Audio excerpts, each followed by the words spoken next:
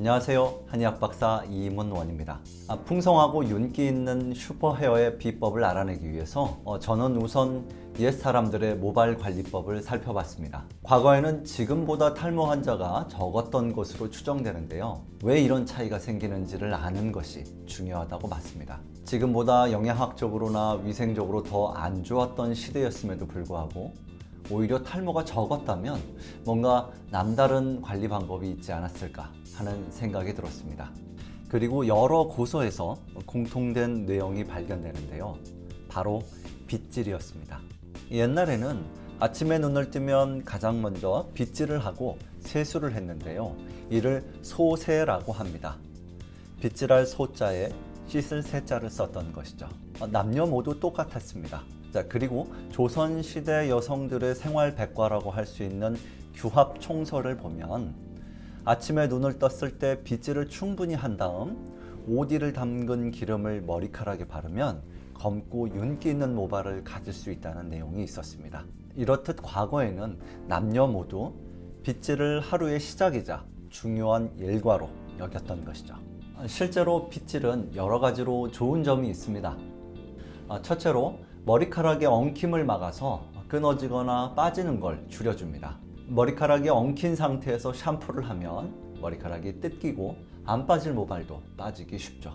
둘째로 두피나 모발에 묻어있는 각질이나 먼지를 털어주는데요. 이러한 유해 물질들은 두피에 피부염을 일으킬 수 있어서 잘 제거해 줄수록 좋습니다.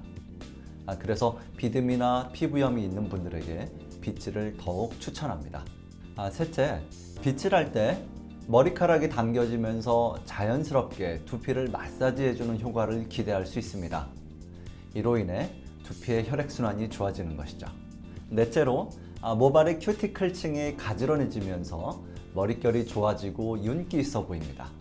여기 빗질의 효과를 과학적으로 살펴본 실험이 하나 있습니다. 비록 동물을 대상으로 한 실험이지만 사람에게도 같은 효과가 있을 것이라고 유추해 볼 수 있습니다.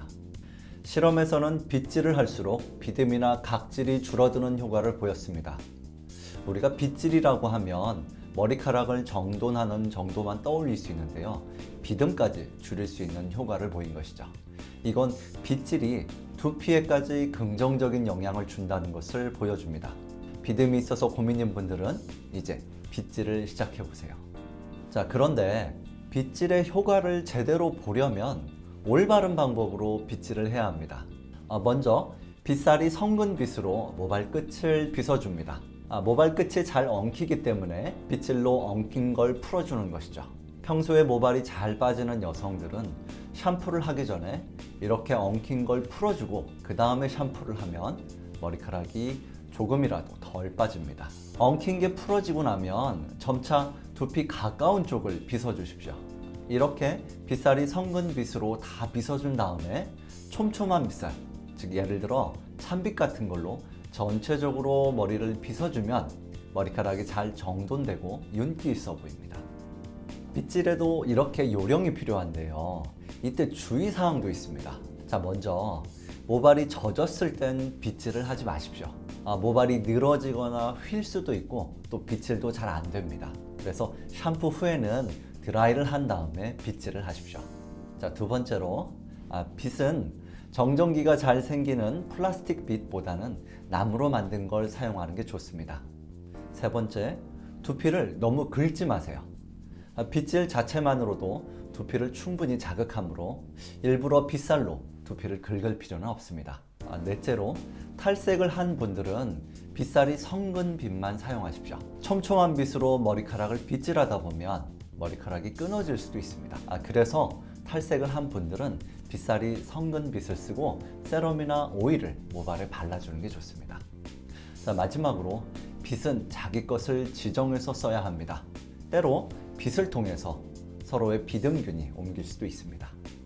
빗질이 별거 아닌 것 같지만 이렇게 올바른 방법도 있고 또 주의사항이 있을 정도로 중요한 모발 관리 방법입니다.